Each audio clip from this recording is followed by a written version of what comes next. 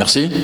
Bien, nous allons passer rapidement donc à la dernière présentation, celle de Jean-Yves Madec, diplômé de l'École nationale vétérinaire de Lyon, diplômé de l'École normale supérieure, agrégé de biologie, qui a fait un doctorat d'université et une habilitation à la recherche et qui est directeur de recherche à l'ANSES, qui est le référent vétérinaire, je dirais, de toute la profession en matière d'antibiorésistance, qui est membre de nombreux conseils européens, français, internationaux, d'une façon générale en matière d'antibiorésistance, qui a des recherches qui concernent la génétique de l'antibiorésistance, la transmission, les modes de transmission d'antibiorésistance et de sélection de l'antibiorésistance. Et il va nous parler donc des progrès, puisqu'il était à l'origine d'ailleurs de beaucoup des plans qui ont été mis en avant par la puissance publique en matière d'antibiorésistance dans le milieu vétérinaire pour réduire la consommation d'antibiotiques à travers les plans Eco-Antibio 1 et Eco-Antibio 2 dont il a été le conseiller scientifique majeur. Donc je passe la parole pour 15 minutes.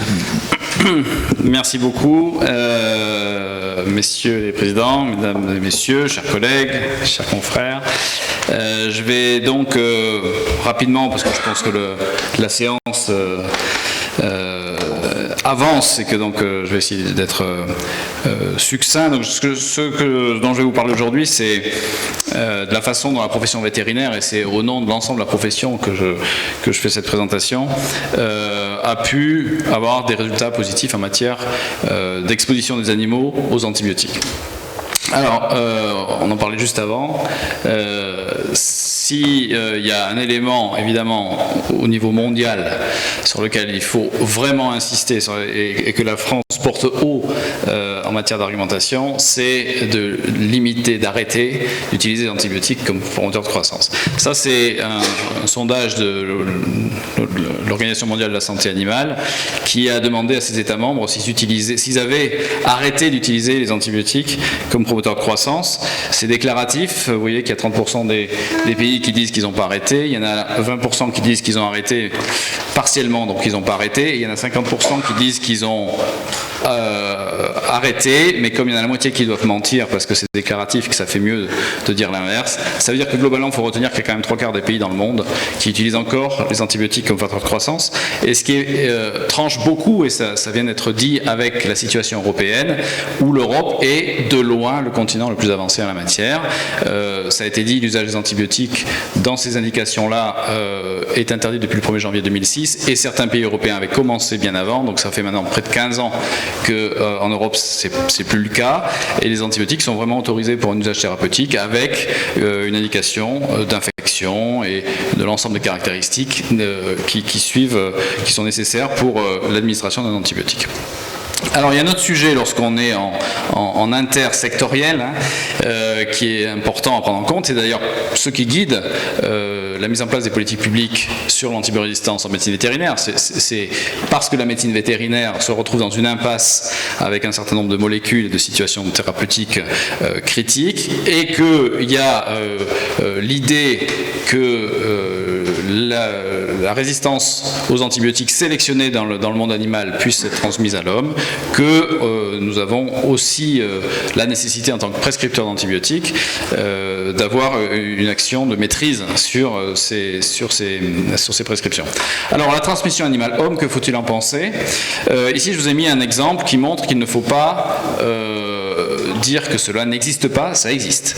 Et ici cet exemple-là est extrêmement éloquent, il a été surtout aux Pays-Bas. Vous avez ici une famille d'éleveurs de porcs, et la petite fille avait été hospitalisée pour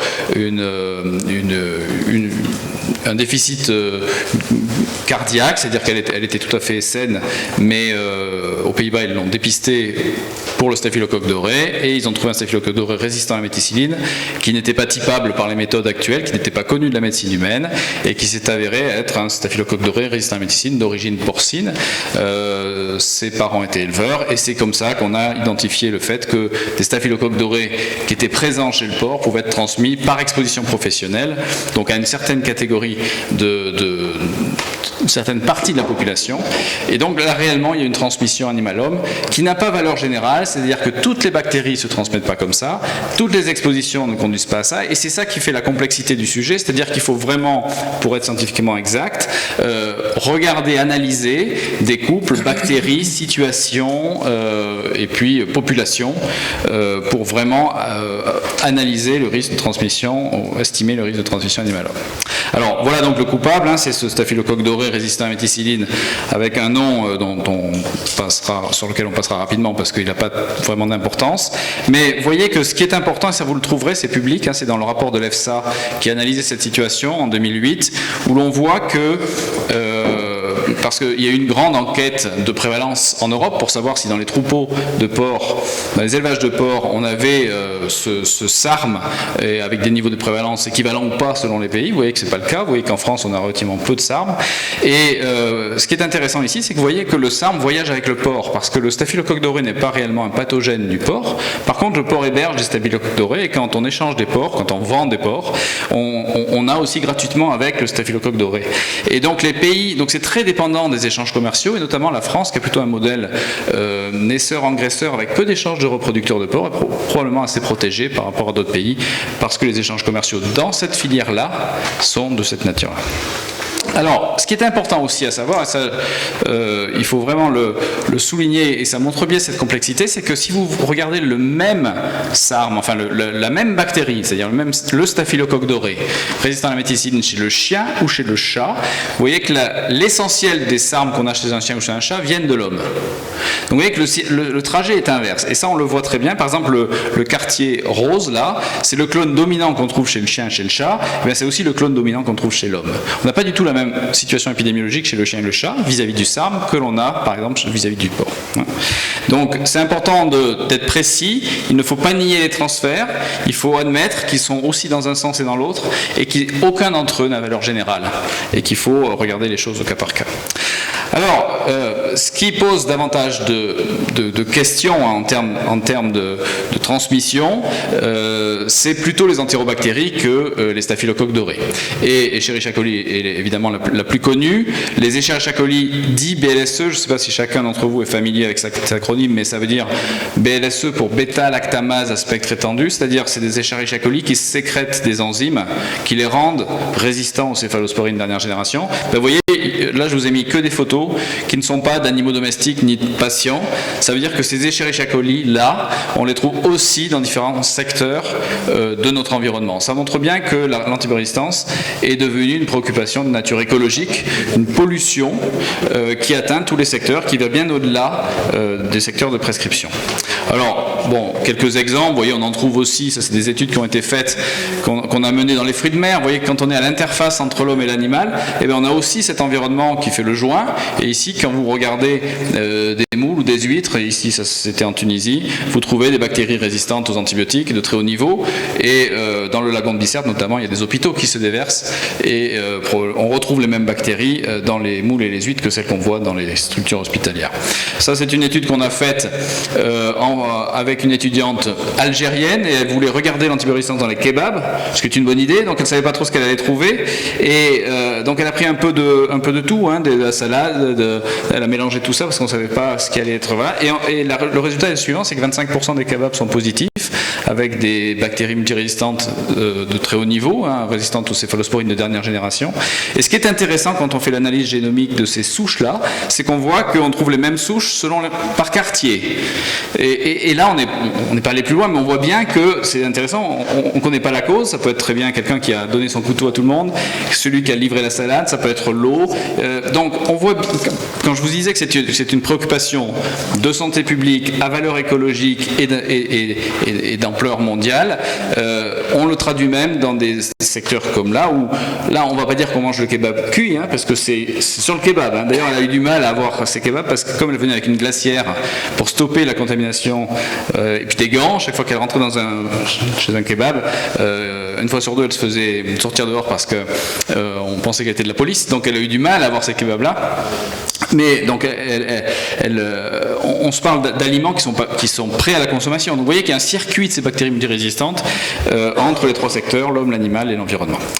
Voilà, et donc l'approche d'une seule santé est indispensable. Évidemment qu'il y a des domaines, des secteurs, enfin des zones géographiques dans le monde où la situation est bien pire qu'ailleurs. Et ici, notamment en Asie du Sud-Est et en Inde, on a des foyers importants, et on pourrait y revenir d'ailleurs, parce que ce sont aussi dans ces pays-là que l'on a les fabriques d'antibiotiques. Vous savez qu'on n'a plus de fabriques d'antibiotiques en Europe et qu'elles sont toutes délocalisées en Chine ou en Inde, donc avec des normes de rejet qui sont celles aussi de ces pays, avec d'autres facteurs de risque qui sont la surdensité de population, la proximité entre l'homme et l'animal, les déficits d'hygiène, on en parlait juste avant. Donc on a vraiment des foyers à la surface de la planète où il y a des niveaux d'antibiorésistance bien supérieurs qu'en Europe. Alors, dans ce contexte-là, évidemment, les médecins se doivent d'avoir une maîtrise de l'antibiothérapie, les vétérinaires aussi. C'est un sujet qui a longtemps cristallisé des tensions entre les professions. Je crois qu'il n'y a pas lieu qu'elles le soient. C'est plus de la méconnaissance l'un de l'autre, d'ailleurs. Et je pense que le plan Éco-Antibio et les années 2012-2017 ont vraiment été un rapprochement des deux médecines vers un but commun qui était de préserver un bien commun pour nous d'abord et puis pour les générations futures bien sûr aussi. Donc Éco-Antibio 1 qui a repris un logo qui a bien marché chez l'homme. De mon point de vue ça n'engage que moi, mais c'est le seul logo qui a marché chez l'homme parce que même ceux qui n'étaient pas nés à l'époque le savent, et ça m'a toujours étonné parce que vous allez dans la rue, les antibiotiques c'est pas automatique, tout le monde connaît ça, mais les autres utilisés à tort ils deviendront moins forts, ou des choses comme ça qui deviennent un peu plus difficiles à mémoriser probablement. Donc la médecine vétérinaire a utilisé ce logo. Les antibiotiques pour nous non plus c'est pas automatique, et effectivement les résultats ont été extrêmement intéressants puisque vous voyez que pendant la période du plan, et je vous mets là strictement la période 2012-2017, mais vous savez que le plan continue avec un plan Éco-Antibio 2, on voit une diminution de l'exposition des animaux. Donc ça c'est le travail de l'ANSES qui a deux missions sur ce sujet, qui est de suivre l'exposition des animaux aux antibiotiques et de suivre aussi la résistance des bactéries, parce qu'évidemment si on réduit les antibiotiques mais qu'on n'arrive pas à réduire la résistance, on a fait la moitié du travail. Vous voyez aussi de façon intéressante que le plan Éco-Antibio n'a pas été le démarrage de la diminution de l'exposition des animaux, c'est-à-dire que la profession vétérinaire avait déjà enclenché une diminution de cette exposition, et le plan Éco-Antibio a probablement renforcé le trait et atteint des résultats qui sont extrêmement intéressants, puisque on a une diminution de moins de 40% environ de l'exposition des animaux aux antibiotiques, toutes familles d'antibiotiques confondues, et autour de 80% de diminution de l'exposition des animaux aux deux familles d'antibiotiques critiques pour l'homme, que sont les céphalosporines et les fluoroquinolones. Alors, lorsqu'on regarde la résistance, ça c'est le travail de notre réseau, le RESAPAT, qui est un travail qui se base sur la collecte des données de résistance à partir des laboratoires vétérinaires qui voient des patients malades, donc des animaux malades, dans les différentes filières. Je vous ai mis deux exemples extrêmement en lien avec la diapositive précédente. La résistance aux céphalosporines, vous voyez que dans toutes les filières, on a une diminution extrêmement importante de cette résistance. Ici, on est chez Escherichia coli, qui est la principale bactérie pour laquelle c'est pertinent de regarder ça. Et la résistance aux fluoroquinolones, également dans toutes les filières, vous avez une diminution forte des prévalences de résistance. Alors, si on regarde au niveau européen, vous savez que tous les 2 ans, l'Agence européenne de médecine publie la classification des pays en fonction de leur consommation en médecine vétérinaire. La France, elle est, vous voyez, entre la Finlande et l'Allemagne, elle est au-dessous de la moyenne largement. Elle est à peu près au niveau des Pays-Bas, des pays très vertueux. Évidemment, il y a des pays qui le sont encore plus, mais en Finlande, je pense que, compte tenu des niveaux de production de l'organisation de l'agriculture, c'est aussi plus facile d'avoir des bas niveaux d'exposition des animaux. Mais vous voyez qu'il y a quand même un gradient nord-sud un petit peu dans l'exposition, puisque les pays les plus consommateurs sont encore l'Italie, l'Espagne et Chypre. Donc voilà, on a à peu près le même gradient que ce qu'on a en médecine humaine, sachant que donc ça c'est le dernier rapport qui a été publié en octobre l'année dernière. Quels ont été les facteurs de réussite ? C'était un plan spécifiquement vétérinaire, ça c'était un débat. Lorsque la ministre de la Santé, Marisol Touraine, à l'époque, a été très active pour que ce plan se mette en place, il y avait été émergé l'idée que ce soit les médecins qui pilotent ce plan, et à titre personnel aussi, je pense que ça aurait été une erreur, parce que les vétérinaires connaissent beaucoup mieux la structure de la profession. D'ailleurs, on a montré que ça a été efficace. Par contre, il y avait une supervision de la médecine humaine dans les comités de pilotage, la présence et le suivi, et ça, c'était probablement une combinaison une organisation qui était tout à fait favorable. Il y avait des dispositifs de suivi qui étaient en place. La profession vétérinaire est aussi très structurée. Vous savez qu'il y a plusieurs espèces animales et tous les vétérinaires ne font pas forcément tout, donc on a vraiment une structuration forte. Il y a eu une co-construction entre les vétérinaires et les éleveurs, ça c'est extrêmement important. Il y a eu un suivi efficace. Il y a eu un peu d'argent, effectivement. Je crois qu'aujourd'hui on en est plutôt à 10 millions d'euros, mais sur le premier plan c'était entre 7 et 8 millions. Et puis une certaine dose de réglementaire. Ça veut dire que la loi contraint les vétérinaires. Par exemple, un vétérinaire aujourd'hui ne peut plus prescrire un antibiotique d'importance critique sans faire un antibiogramme avant. Voilà. Et donc ça peut rester un peu des débats entre la médecine humaine et la médecine vétérinaire, parce que c'est vraiment une originalité de la médecine vétérinaire, et c'est pas le cas en médecine humaine. Le bon usage des antibiotiques, évidemment, ne suffit pas. C'est-à-dire qu'il ne suffisait pas de dire aux vétérinaires d'arrêter d'utiliser des antibiotiques de telle ou telle façon dans tel ou tel usage. Mais évidemment, il faut aussi travailler sur la vaccination des troupeaux, sur les guides de bonne pratique d'hygiène, on en a parlé, sur l'aliment, la qualité de l'aliment, la qualité de l'eau, etc. Donc évidemment, il y a eu des campagnes dans ce sens-là. Nourri, logé, vacciné, ça c'était une campagne du ministère de l'Agriculture là-dessus. Et donc on a un nombre de décrets qui ont été mis en place avec des listes d'antibiotiques critiques et des listes d'antibiotiques interdits. C'est-à-dire que le vétérinaire n'a pas le droit d'utiliser aucune de ces molécules qui est dans cette liste-là et qui recense l'essentiel, la quasi-totalité des molécules importantes en médecine humaine. Ecoantibio 2, c'est pour poursuivre l'action d'Ecoantibio 1. Donc quelques situations restantes à traiter. Il y a quelques petits points techniques, on pourrait y revenir si c'est nécessaire pour compléter, à continuer de travailler, notamment les tests de diagnostic et puis les possibilités d'alternatives en médecine vétérinaire. Et je vous remercie de votre attention. Bravo.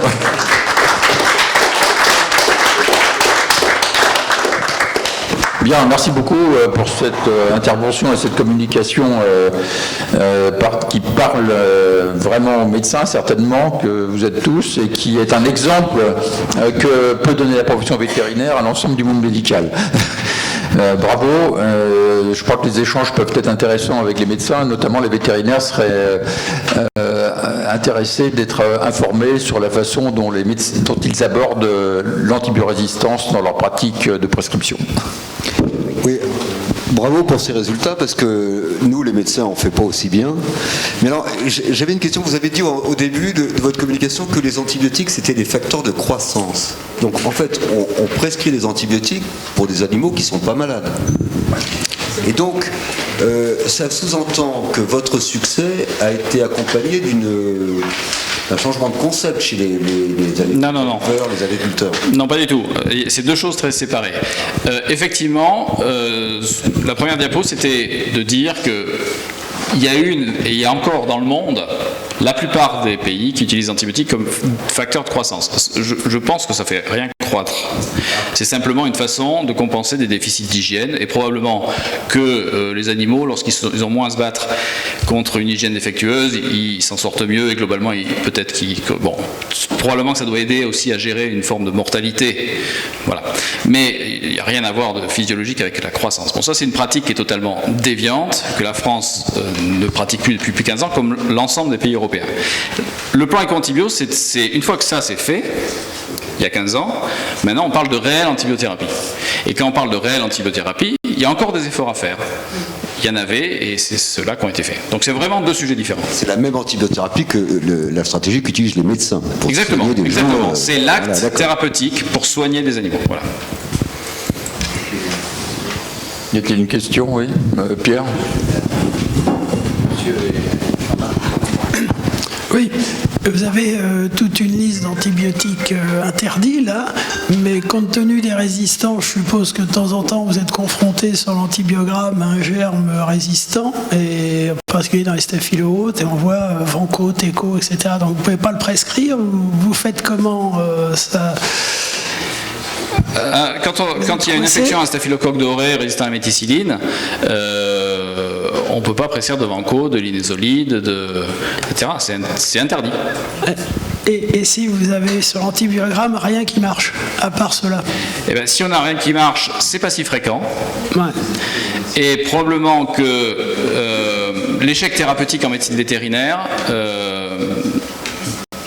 moi je considère qu'il n'y a que quelques niches où on peut le retrouver, par exemple dans la médecine individuelle, notamment canine, du chien, mais c'est pas si fréquent. Et puis il faut aussi voir, et ça c'est quand même pour ça que les animaux sont élevés, la plupart des animaux sont élevés pour être consommés, et que l'approche thérapeutique, elle est au niveau du troupeau, et lorsqu'on a 20 000 poulets dans un lot, l'autopsie fait partie du diagnostic.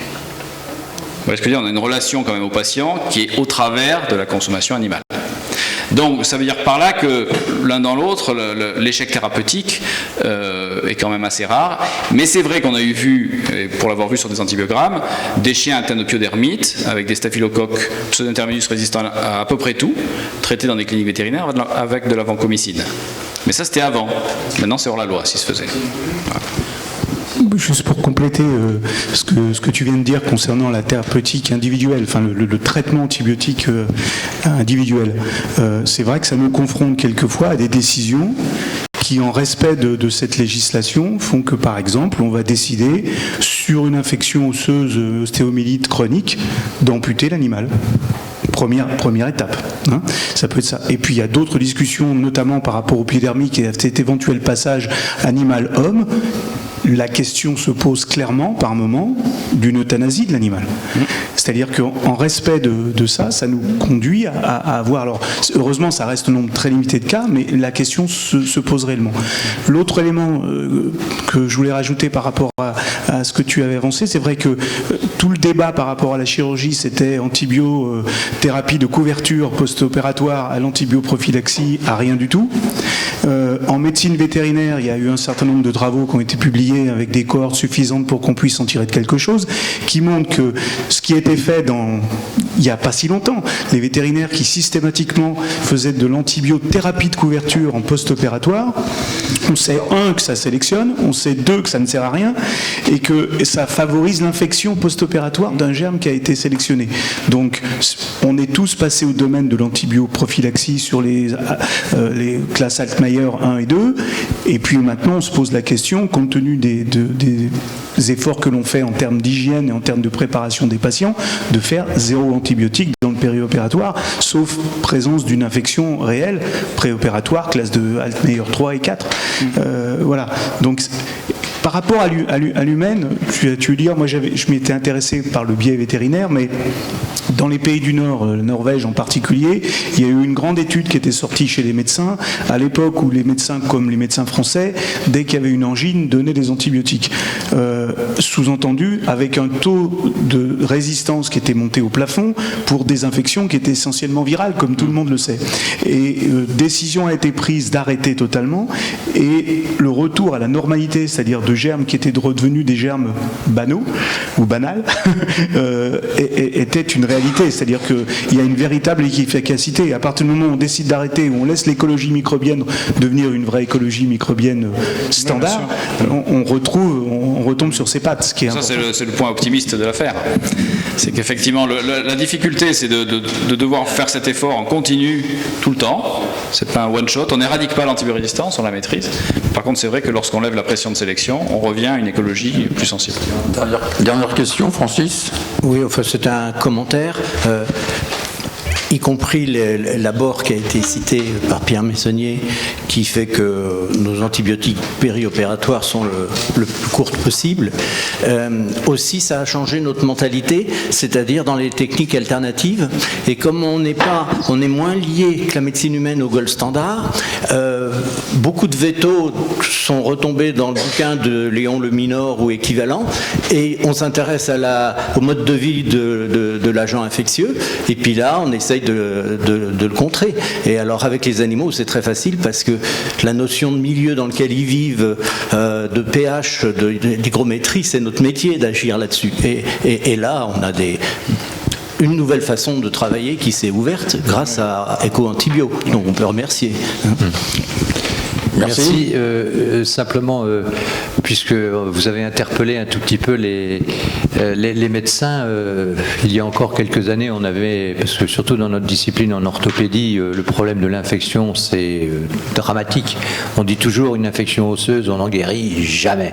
C'est probablement quelque peu superfétatoire, mais on avait un professeur spécialiste de la chirurgie de la main, Raymond Villain, que tu connais bien, et qui avait des aphorismes que je ne peux pas m'empêcher de vous citer. C'était « paix sur la plaie aux germes de bonne volonté ». Il n'y a qu'un seul temps plein hospitalier, c'est le staphylocoque doré, et l'antibiothérapie de couverture ne couvre même pas la médiocrité que celui qui l'a prescrit. Donc vous voyez que c'était quand même un petit peu dur. Mais c'était... Pardon ? Son livre Jeu de main, jeu de main, jeu de vilain, absolument, voilà. Mais je me tourne... Mais c'est vrai que ça pose toujours des problèmes. Et je reprends... Et comment ? Non, mais c'est pour tirer un peu la quintessence philosophique de cette excellente présentation, comme de la précédente d'ailleurs en matière d'hygiène. Ouais. Esculape, qui était le dieu des médecins, si je puis dire, qui était marié à Épone, qui était la déesse de la santé. Ils ont une fille, Hygie, qui a donné l'hygiène. Et alors, curieusement, ils avaient une autre fille qui s'appelait, mon Dieu, Panacée. Voilà, donc vous voyez, c'est pour reprendre la communication de madame. En tous les cas, merci monsieur. Je vais laisser maintenant la parole au président, au vice-président pour conclure la séance. Merci beaucoup, je ne vais pas être très long, c'est juste pour vous renouveler les remerciements de nous avoir accueillis dans ces lieux et puis au cours d'une séance très intéressante de l'Académie de chirurgie. On a vu avec toutes les interventions qu'il y a vraiment une communauté scientifique, que le One Health, ce n'est pas juste des mots et que tous les jours, concrètement, il y a des avancées dans ce domaine et on peut s'en féliciter. Et d'ailleurs, si l'Académie de vétérinaire et l'Académie de chirurgie peuvent aider à ça, on en est vraiment ravis. Alors on aura l'occasion de se retrouver avant 2 ans, puisque c'est biennal, grâce à d'autres séances, notamment cette séance HEPTA académique de juin, qui va parler encore des antibiotiques. C'est vraiment un sujet extrêmement important. Et puis on aura aussi d'autres occasions, j'espère, de travailler ensemble. On a d'ailleurs des membres qui sont membres des 2 académies. Donc merci encore. Merci. Alors quelques mots vraiment pour terminer. Merci d'avoir été courageux parce qu'on a perdu un tout petit peu de temps, mais la qualité des présentations le méritait bien. Sachez, monsieur le président, monsieur le vice-président et secrétaire général, puisque là vous cumulez beaucoup de fonctions, que vous serez toujours les bienvenus. Mesdames les académiciennes, messieurs les académiciens, bonne fin de soirée et merci.